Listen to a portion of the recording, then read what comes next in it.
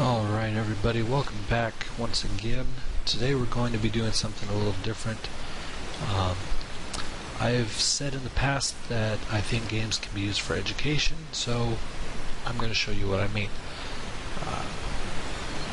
Hopefully this will be interesting as well, but we'll see. Anyway, we're going to talk about logic gates, and then I've got something way off there in the distance that I think you might find kind of neat.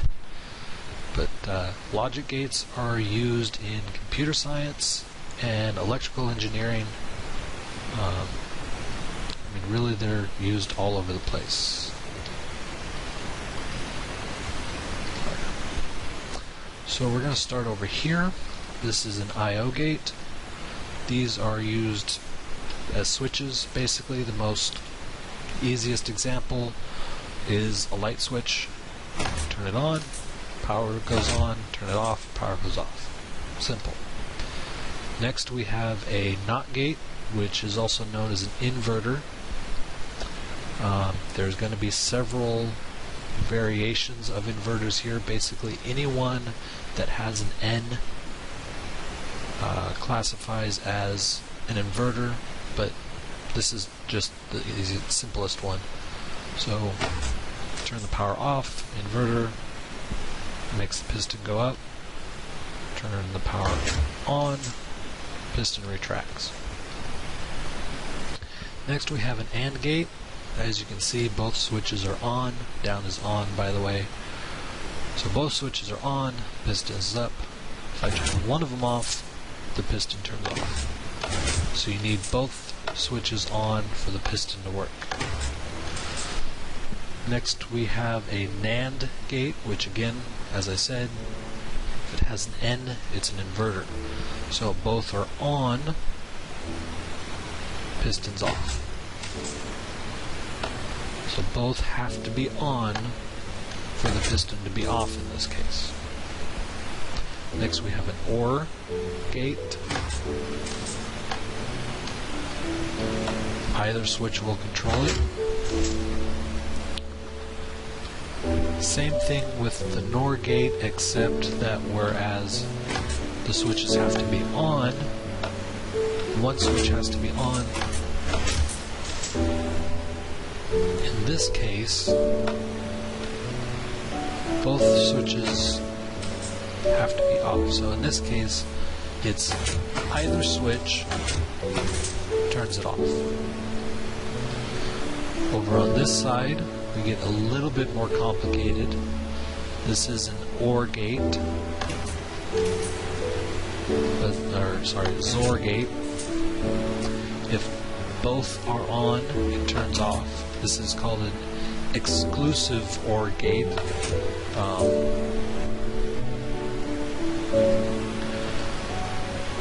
Basically, either switch will control it, but only one switch at a time. The XNOR gate, same thing.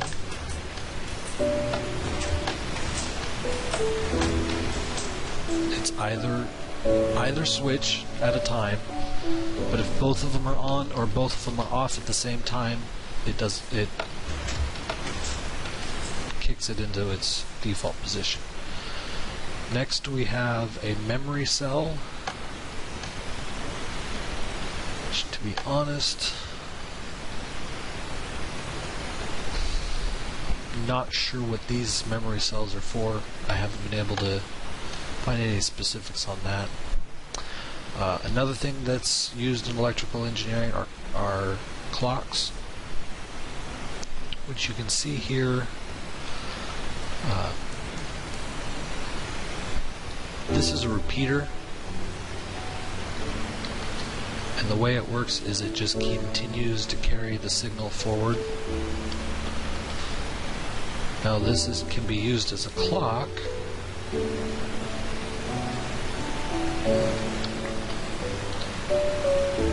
If I complete the circuit, this can be used for timing, which you'll actually see in a minute. So, with that, we will take a look down here.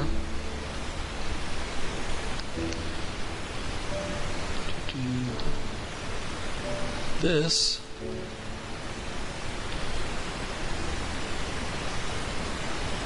I didn't finish it. I forgot to fill in a few pieces, but that's okay. We can do that real quick. These ones aren't attached to anything, so they don't matter. I just wanted to fill them in to give it a more complete look. This is a clock. It's an actual clock. It can tell time. It's not currently set to the right time, at least not for me, but that doesn't matter.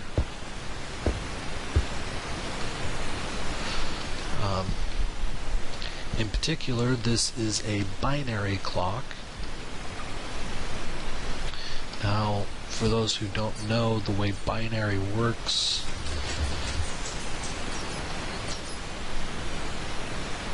let's see, we'll take this, looking at this last column, you have this bottom one. If it is on, that value equals 1. This one, the value equals 2, 3, and 4. Now to read a binary clock, you add the values of that column together. So 1, 2, 3, 4, 5, and so on. Now because this is a clock, this column counts to 9 and then ticks over to this side, which is the tens column basically. Which this one in turn will count itself to 5, so the most which leads up to 59 or 59 seconds. So each two columns is for each part of a clock, with 1s and 10s for the columns respectively. Again here, this one counts to 9, this one counts to 5, and then over here, this one counts to 9.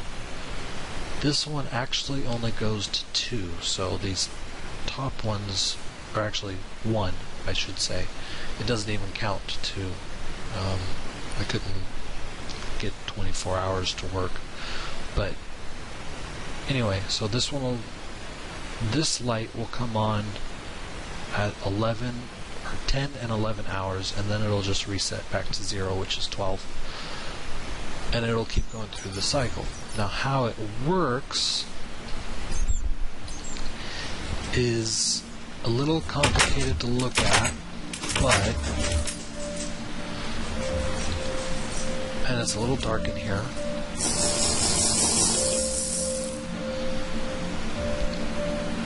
This is the clock. And there's a few bats in here. So this is the timing mechanism.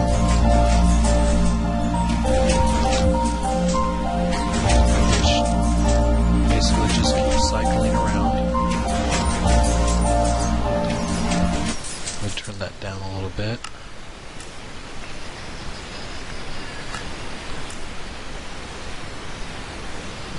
Turn down to 15.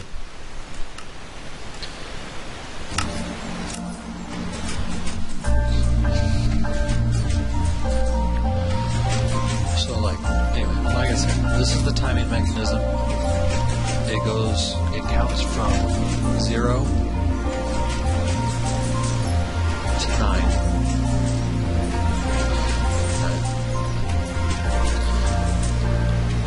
And then the signal is carried through repeaters.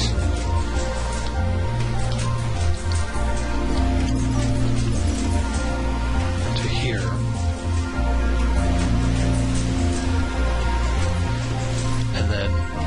To the display. Now,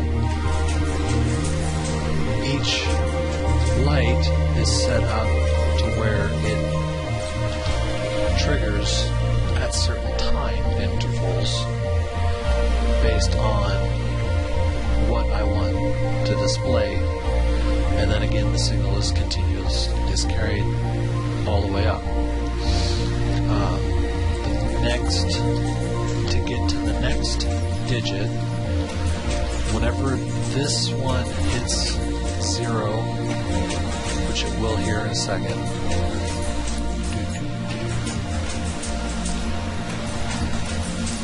okay, 0, the signal gets carried this way,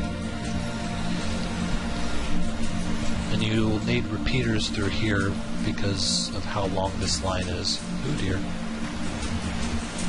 Uh-oh. Oh, shoot. I broke it.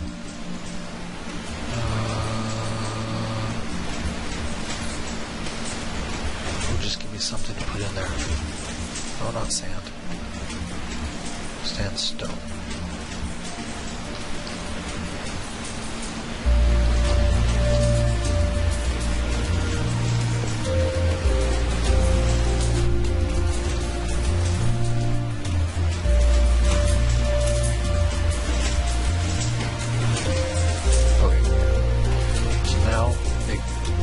It out here,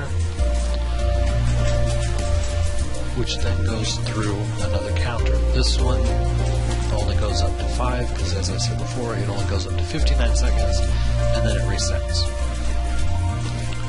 So we have it come out here, and because that one only triggers this one whenever it hits 0, this one only counts roughly every 10 seconds. So that's how you get 0 through 9 back to 0 with the 1 in the tens. This one again hits 0, triggers, carries off to the next one.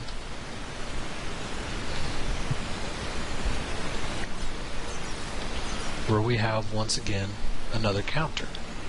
This one's for the ones column of the minute section.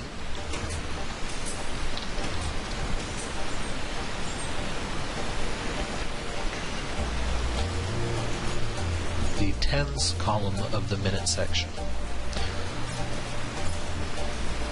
So this is how we get all of that to work. And each one of these is the same. They're all the same. All set up the same way, and then they just lead into each other.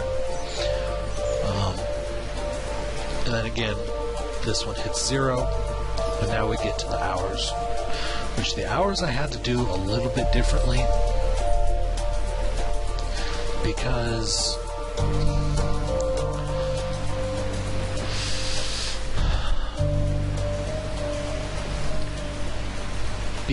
those ones follow the same cycle every time. There wasn't any real variation. It's either 0 through 9 or 0 through 5 every cycle. Over here was a little different because I did 12 hours, so we've got 0, 1, 2, 3, 4, 5, 6, 7, 8, 9, 10, 11. But because of that, you have 0 through 9, and then a 1, and then 0, 1, and then it resets. It's not the same every cycle. So this one I had to do a little differently. Basically, it's when I got to the ones that control more than one,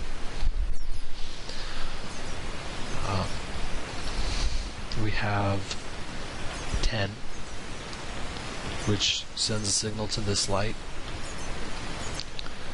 and 11, which sends a signal to this light, but also sends a signal down here to this light.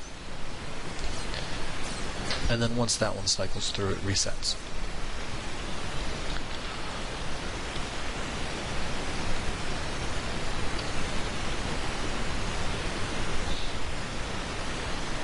So yeah, that's and this is just, like I said, not the most efficient way of doing it. There are probably better ways to do it, And there's bats in the belfry.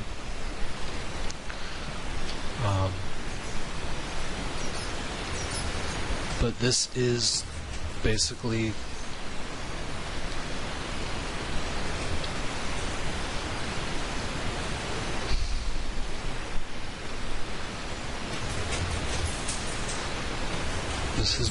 it. Oh, and the timing itself. Back there I showed you a 5 o'clock. Down here, this is essentially the same thing as that. This just uses an actual item called a repeater instead of setting up makeshift repeaters like I did over there. Again, those were not the most efficient way to do it, but to show you how they work. This is essentially the same thing. The signal comes down, or actually starts here.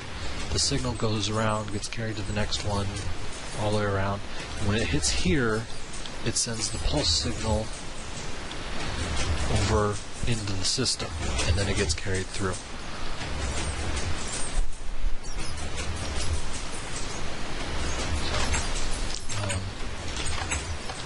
So you can see it in action. Oh. I'm going to let this run for a few minutes and time lapse it. So I hope you enjoyed this. I think this stuff is actually pretty cool. I wish I was a little better at it, but there you go.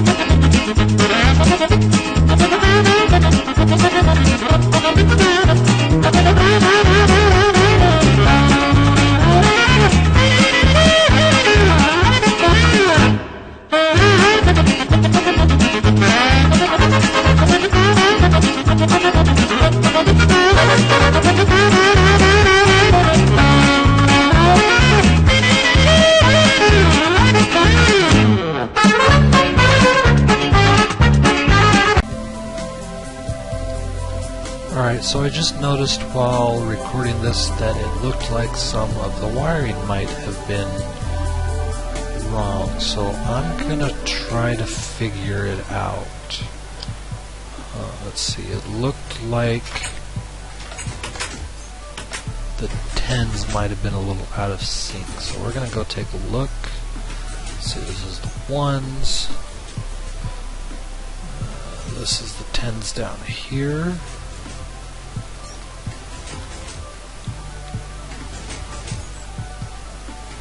So 0, 1, 2. That's right. I think.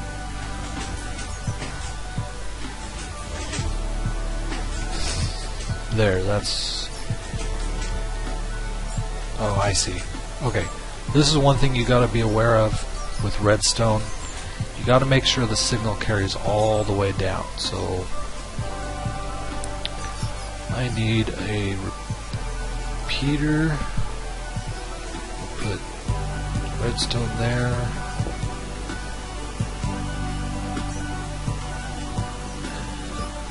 That should fix it, I think.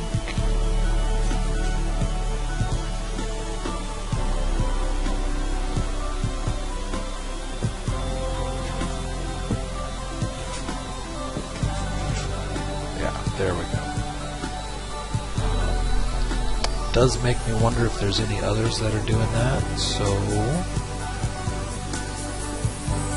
that one's lit up.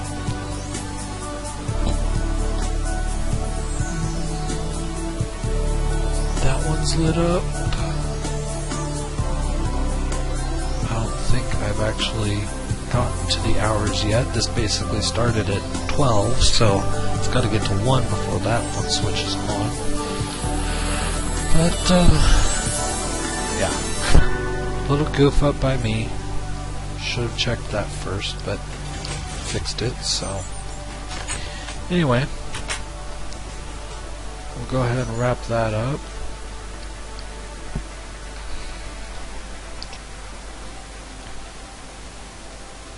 So yeah, there's the binary clock, and I hope you thought it was kind of cool. I certainly did. Of course, I built it, so I'm biased, but anyway, have a good day.